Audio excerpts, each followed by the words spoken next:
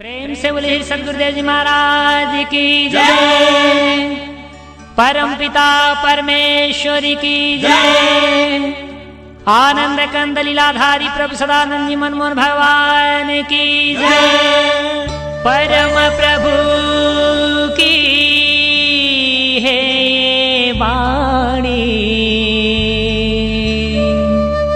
परम प्रभु की है ये वाणी।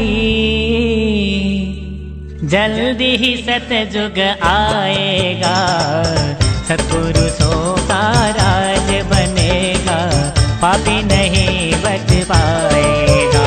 ओ पापियों कान खोल कर सुन लो,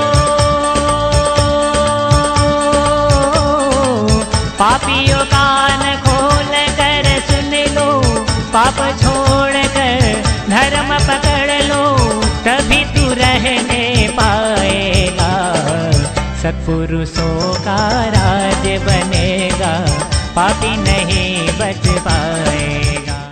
और आ करके तेरे महल में बैठ करके तेरा नाश कराऊंगा।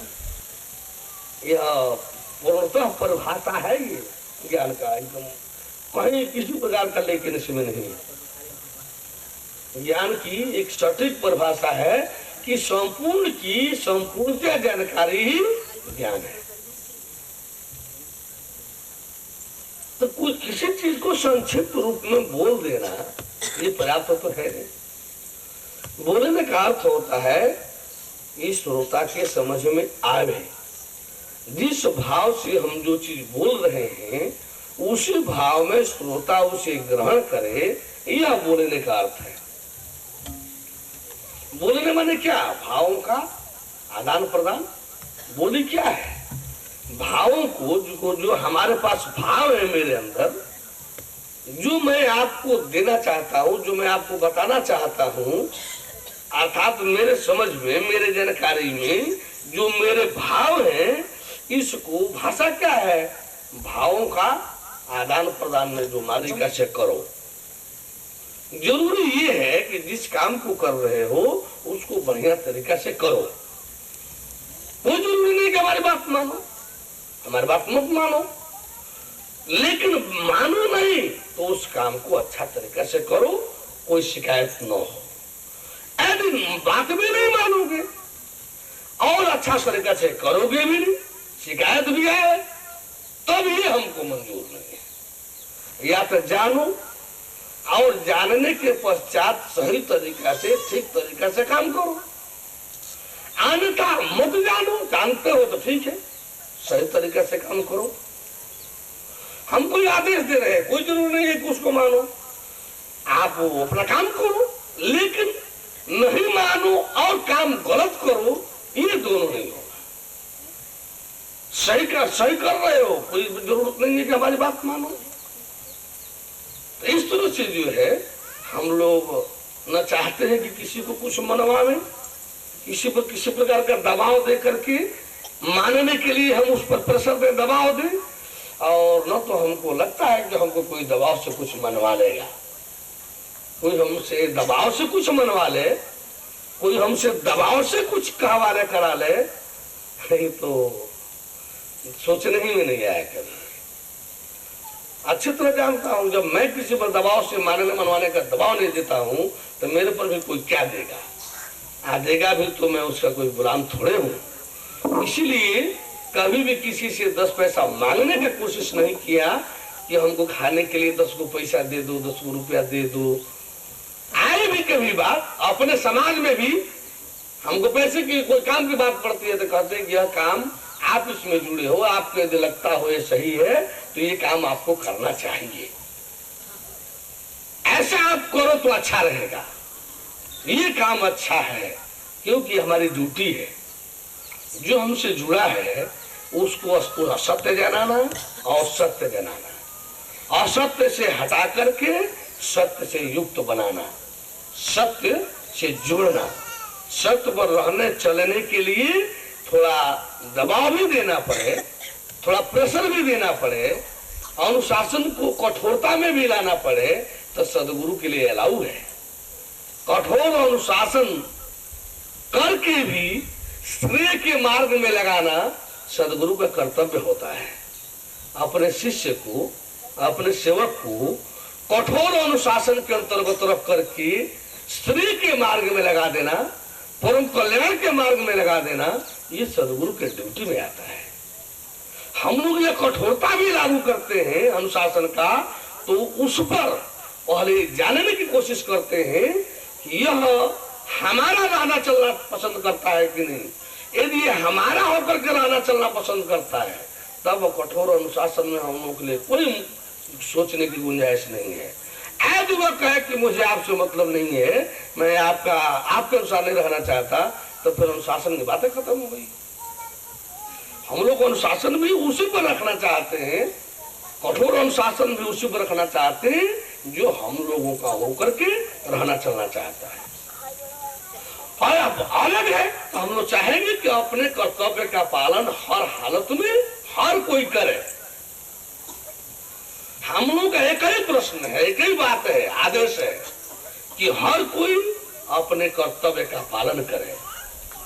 कर्तव्य कर्म नहीं, कर्तव्य जो उसे करना चाहिए वह करे, ये उसका कर्तव्य है। इस समय धरती पर हर किसी का पहला कर्तव्य है, हर किसी का, चाहे वो बीवी बच्चा में बैठा है, चाहे वो किसी नौकरी चाकरी में बैठा है, खेती बाड़ी में बैठा है, चाहे जहां भी बैठा है। इस समय देश काल परिस्थिति की मांग के अनुसार हर किसी का पहला कर्तव्य है हर स्तर पर असत्य, धर्म, न्याय और अनीति को मिटाना, उसके स्थान पर सत्य, धर्म, न्याय, नीति को स्थापित करना।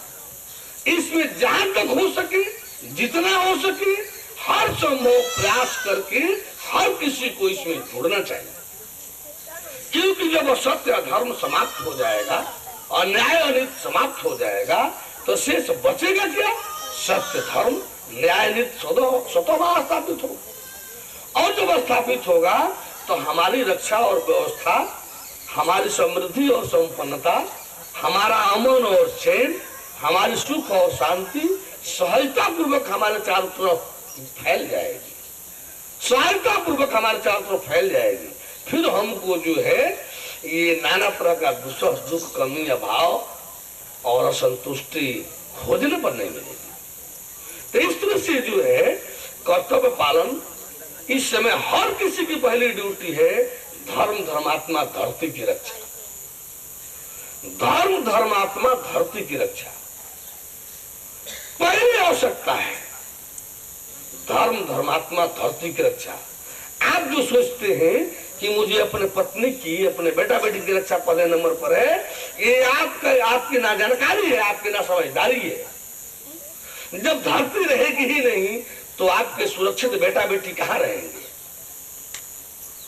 जब धरती रहेगी ही नहीं तो आपके सुरक्षित बेटा बेटी, घर परिवार, पत्नी, बीवी, बच्चा कहाँ रहेंगे? जब धरती खतरे में है, जब धरती खतरे में है, तो बेटा बेटी का सुरक्षा बंद करके थोड़ी देर के लिए हर किसी को धरती की सुरक्षा में लगनी चाहिए। अभी देश पर जब आपातकाल घोषित हो जाए, अभी कोई युद्ध छिड़ जाए, तो सारे विकास के कार्य बंद कर दिए जाएंगे। जो खरबों रुपए का बजट इस समय विकास में खर्च हो रहा है, अभी पाकिस्तान से कोई देश जो युद्ध छेड़ दे तो सारे विकास के काम वहीं ब्रेक कर दिए जाएंगे जो जहां तक हुआ होगा, और सारा धन खजाना जो है रिजर्व कर दिया जाएगा, पेट्रोलियम तक रिजर्व कर दिए जाएंगे, हर चीजें रिजर्व कर दी जाएंगी। ये जो राशन वितरण हो रहा है वो दुकानों पर, वो रिजर्व कर दिया जाएगा मिलिट्री के लिए। हर चीज मिलिट्री की तरफ दौड़ना शुरू कर देगा, हर चीज जैसे इन्फेंट्री की तरफ दौड़ने शुरू हो जाएंगे, भेजना शुरू कर दिया जाएगा। क्यों? कि देश जब सुरक्षित बचेगा तब हम लोग, सब लोग भी सुरक्षित तरीका से रहेंगे। तो जब धरती खतरे में है और आप अपने बीवी बच्चा को घर में सजाने में लगे हुए हैं, धरती रहेगी ही नहीं तो आपके बीवी बच्चा कहां सुरक्षित रहेंगे? नाव डूबने जा रही है, नाव डूब रही है, केवट कह रहा है कि आप लोग स्थिर होइए, नाव डूबने की स्थिति में है, आप लोग डगमगाइए नहीं और आप बढ़ करके अपने बच्चे को तो पकड़ने जाए, वो तो अपने बच्चे को पकड़ने जाए, डगमगा कर नाव डूब जाए, बच्चे कैसे बचा लीजिएगा? केवट की तरफ ध्यान दीजिए, क्या कह रहा है, नाव पर बैठे हैं, दरियाव खतरनाक है, मलाह की तरफ ध्यान दीजिए। मलाह कह रहा है शांत हो जाइए, रहने दीजिए बच्चे को, आप भी शांत हो जाइए, जहां है वहीं बैठ जाइए, नाव में स्थिरता लाइए, ताकि मलाह जो है बच्चे आप सहित बच्चे को किनार तो पहले कर दे। और वो कह रहे नाव डगमगा रही है और आप अपने बच्चे को इधर उधर कूद फान करके वो बच्चा सजोने में लगे हैं। धरती नाश की स्थिति में आ गई है और आप लोग घर परिवार बीवी बच्चा सजाने में लगे हैं। हम लोग का तो एक ही बात कहना है कि ये धरती नहीं रहेगी तो आप अपने बीवी बच्चा को कहाँ रखेंगे? सजावट बुरी नहीं है, इसका मतलब ये कदापि नहीं है कि हम लोग कहें कि आप अपने बीवी बच्चा को गोली मार दीजिए, गड्ढे में डाल दीजिए, सड़क पर छोड़ दीजिए, ये कभी हम लोग नहीं कहते। लेकिन जो सारे अपने सब कुछ जो अपने शरीर और बीवी बच्चा में लगाए फिरे हुए हैं, उसी में से 7-5 का लाठी, एक का बोझ, यानी आप सभी थोड़ा बहुत इसको ध्यान में रखिए कि आपका घर परिवार, आपका बीवी बच्चा, आपका गांव तभी रहेगा सुरक्षित जब धरती सुरक्षित रहेगी। ये सुरक्षित तभी रहेगी जब धरती सुरक्षित रहेगी। धरती ही नहीं रहेगी तो ये सुरक्षित कहाँ रहेंगे? ये सुरक्षित कहाँ रहेंगे? तो हम लोगों की यही लड़ाई है, हम लोग का यही मांग है, हम लोग का यही आप सबसे भाव व्यवहार है कहने का कि हम लोग जो हर प्रकार से अपना पूरा रुख मुख जो घर परिवार बीवी बच्चा के पीछे कर दिए हैं, इसमें से कुछ परसेंट छांट करके निकाल करके हम लोग धरती की रक्षा में लगे। ये नहीं कि हमें आप बक्सा नहीं फैलाएंगे कि ये कुछ परसेंट छांट करके हमको दे दीजिए, हम धर्मात्मा धरती की रक्षा वाले हैं। हमको पहले आपका धन नहीं चाहिए, हमको पहले आपका धन नहीं चाहिए, हमको तो पहले आपका तन चाहिए, तन। हमको तो पहले आपके शरीर चाहिए, शरीर।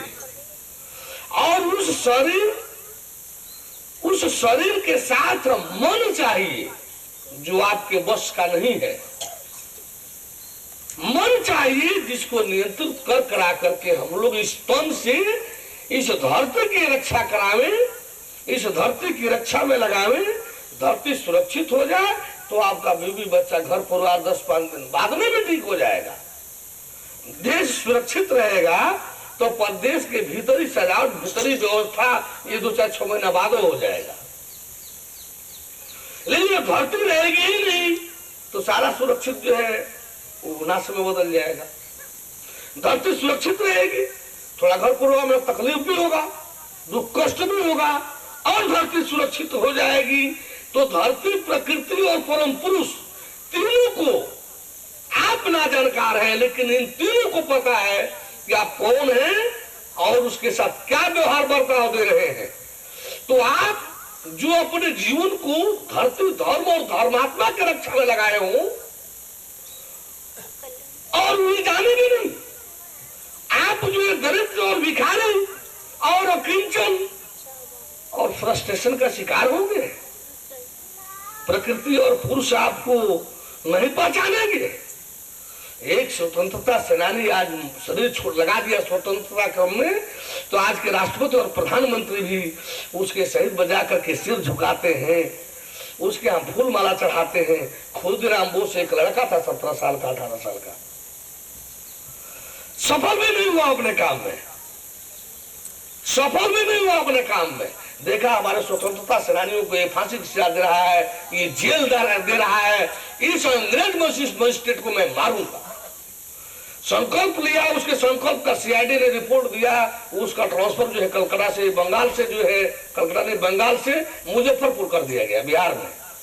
वो वहां से लड़का चला इनको मारने के लिए। सब पता करके तैयारी किया कि अमुक रोज शाम को टहलने निकलते हैं 5 बजे करीब, अमुक रंग की गाड़ी से। अब वो बम लेकर के सड़क के किनारे बैठ गया। ठीक उसी समय उस दिन जो है कोई और दूसरी अंग्रेज महिला उधर से गुजर रही थी शायद, वो बम वो समझ के चला दिया। वो महिला जो है उसमें मर गई।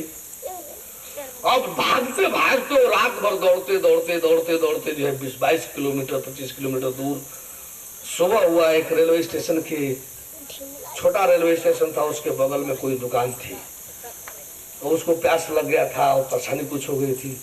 वो सुबह सूचना भी जानना चाहता था कि वो मरा कि नहीं मरा। अब वो भागे भागे छोटी सी दुकान पर आया, मार एकदम तो शरीर पता लग गया था कि भागो करके कौन भगोड़ा उगड़ा है। दुकान पर अखबार आया हुआ था, कोई पढ़ रहा था कि मुजफ्फरपुर में किसी ने बम मार दिया और अमुक रंग के कार पर जो है अमुक महिला, अंग्रेज महिला चढ़ी थी, जा रही थी, वो मर गई। उसके मुंह से निकल गया कि ओ फला, वो जज नहीं मरा, वो मजिस्ट्रेट नहीं मरा। एकाएक शंका हुआ कि यह, और कह रहा है कि फला नहीं मरा, मतलब अब दलाल भर्ती तो हर जगह है ही है, वहां फट से उसको पकड़ लिया गया है, अब पुलिस को सुपुर्द कर दिया गया है। सुपुर्द करके जब पुलिस पता चली तो जो पकड़ा झूठ नहीं बोला, कहा हाँ हाँ हमने ऐसा किया है।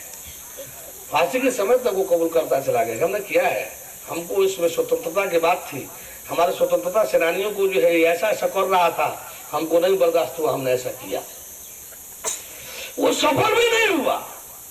आज यदि देश के स्वतंत्रता सेनानियों में, शहीदों में यदि 5-10 का नाम लिया जाएगा तो शायद उसमें खुदीराम बोस का भी नाम आएगा, चंद्रशेखर आजाद, भगत सिंह, राम प्रसाद बिस्मिल आदि लोगों का नाम लिया जाएगा तो उसमें खुदीराम बोस का भी नाम आएगा।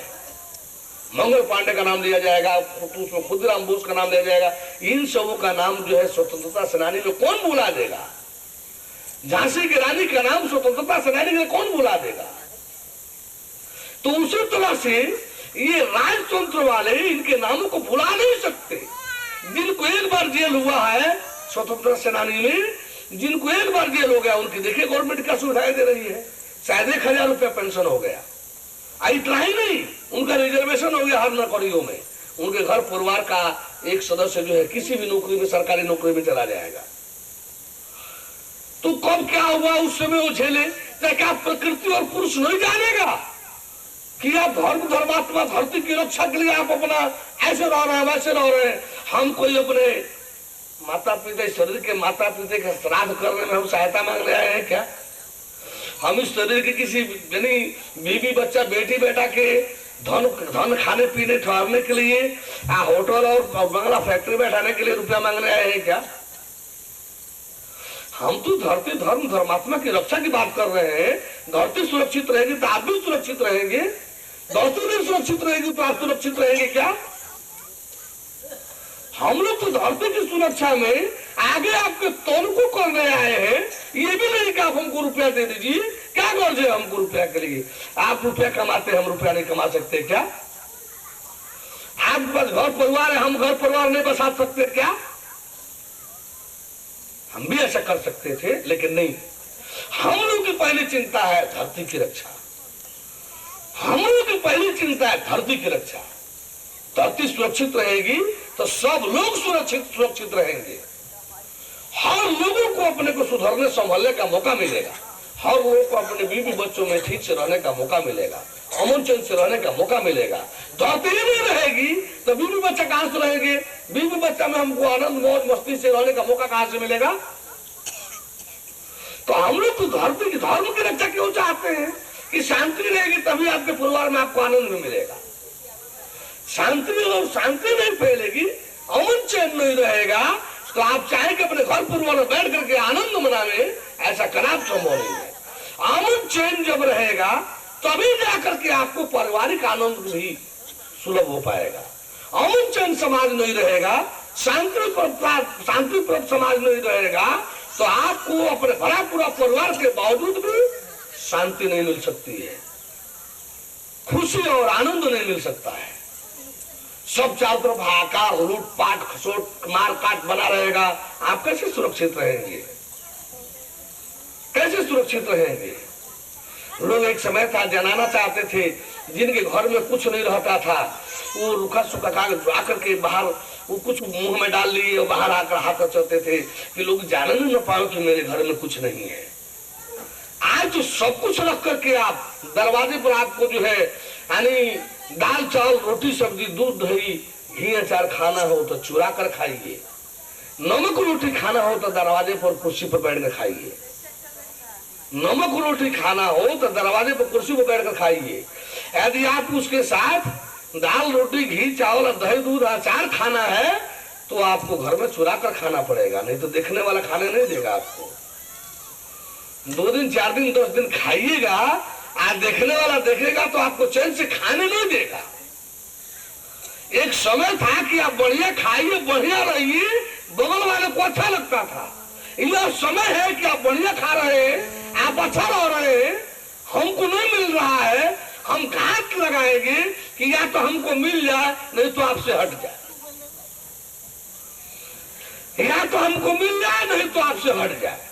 कम से कम आप हमको कहने लायक न रहे, हमको बढ़िया खा रहे हैं बढ़िया रह रहे हैं, तू नहीं तुझे नहीं मिल रहा है।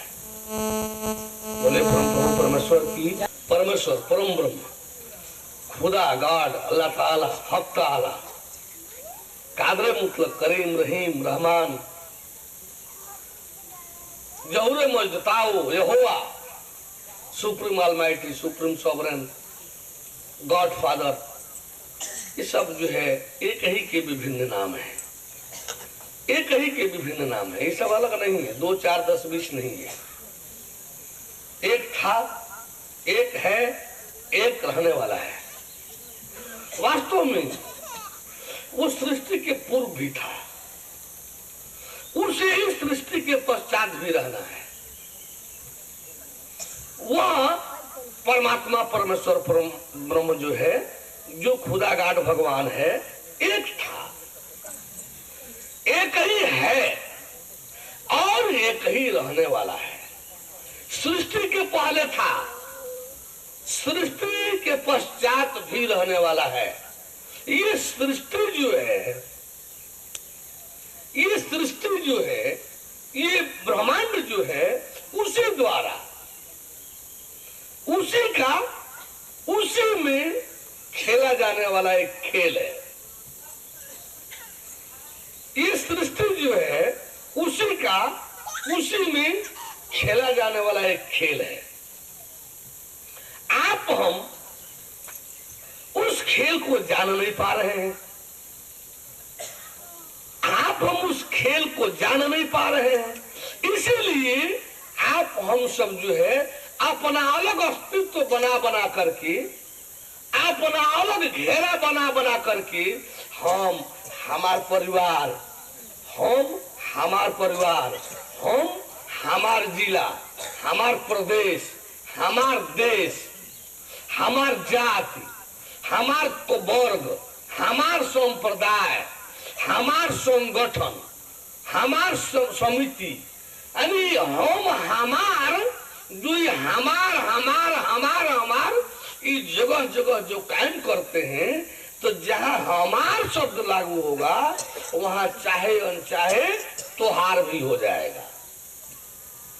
जब शब्द हमार बनेगा तो ये हमार क्या करेगा, तोहार को जन्म देगा। जब हम बनाए खेत है, ये एक और खेत पूरा गांव का चला गया, इसमें मेरा लगाए कि हमार, तो ये हमार कहने का मतलब कि शेष जौन हो हमार ना हो। जबकि मेरा रहबे न करे तो सबको कहा जाए कि हमार हो, हमार हमार हो, हर कोई कहेगा हमार हो। हमार कहने के बावजूद भी किसी का हमार नहीं रहेगा। जब सब एक ही रहेगा तो हमार कह करके भी हमार नहीं बनेगा, तोहार नहीं बनेगा। लेकिन जब मेरा लगाएंगे, हमार पत्नी, हमार परिवार, हमार समाज, हमार घर, हमार, तो अभी हमार हमार जो लगाने का जो सवाल है, यही आकर के सारे विकृति विग्रह का बीज है।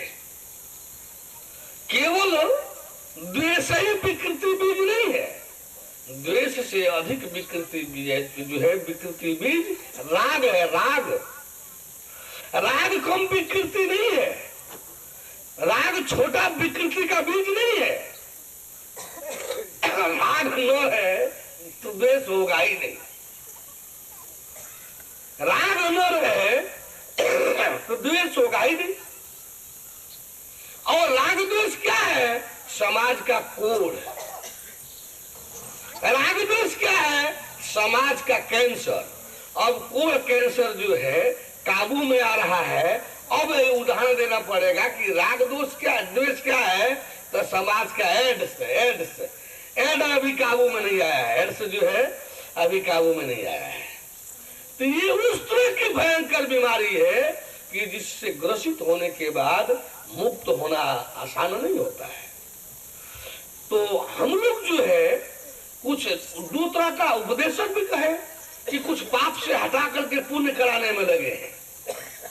खूब पुण्य करो, दान करो, दक्षिणा दो, आने हमको भी चढ़ावा दो, खूब भेंट चढ़ाओ, ला करके हमसे आशीर्वाद ले जाओ, खूब बढ़िया रहो, खूब सुख चैन से रहो, यानी खूब पाप छोड़ो, खूब पुण्य करो, खूब दान करो, खूब भेंट चढ़ावा दो। हम लोग तो बड़े विचित्र किस्म के हैं। जिस तरह से पपुआ छोड़ने को कहेंगे उसी तरह से पुण्य में छोड़ाने वाले हम लोग हैं। हम लोग पाप पुण्य दोनों देखते हैं कि नहीं, तो अंतर इतना ही है कि एक लोहे की जंजीर है तो दूसरी सोने की जंजीर है। जंजीर है दोनों। पाप जो है लोहे की जंजीर है, पुण्य जो है सोने की जंजीर है। जंजीर है दोनों। तो आप समझिए कि हम लोगों को सोचना ये है, हम लोग जो है इन दोनों से अलग उपदेश वाले हैं। परम प्रभु की है ये वाणी। लाखों दुआएं दे मगर तू बच न पाएगा। घर बार छोड़ संसार छोड़ संग जाए न ढेला। देखेगा सारा परिवार दुनिया के मेला को छोड़कर जाना है अकेला। संसार माया में तू मौज करता है। धन से भरा भंडार उसमें विचरता है। 2 गज कपड़े के साथ बांस की ठठरी का ढेला। देखेगा सारा परिवार दुनिया के मेला को छोड़कर जाना है अकेला। देखेगा सारा परिवार। दूसरा पन्ना दे, दूसरा पन्ना। ठीक है दूसरा पन्ना, हाँ बस। कौन सा हुआ? बोले बोले ज्ञान की बोल हमारे प्रभु जी ने। चाकू नहीं मारे हो, छुरी नहीं मारे हो, मारे मारे ज्ञान की बाढ़ हमारे प्रभु जी ने। बोले बोले ज्ञान की बोल हमारे प्रभु जी ने।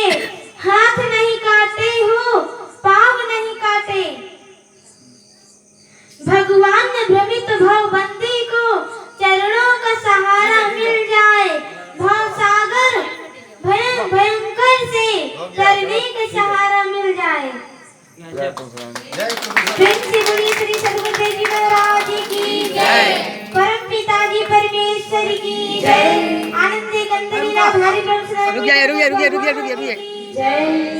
अमर साहिद क्रांतिकारी आयुर्वेदाचार्य स्वामी राजीव दीक्षित अमर रहे उनके विचारों के आधार पर आयुर्वेद चिकित्सा।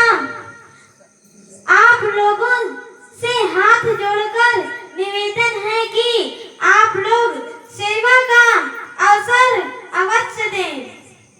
श्रद्धा शक्तिमान चैरिटेबल हो गया बस। ट्रस्ट। धन्यवाद। प्रेम से बोलिए श्री सद्गुरुदेव जी महाराज की जय। परम पिताजी परमेश्वर की जय। आनंद कंद लीला भारी परशुराम जी मनमोहन भगवान की जय। परम प्रभु की है ये वाणी। जल्दी ही सतयुग आएगा, सत्पुरुषों का राज बनेगा, पापी नहीं बच पाएगा।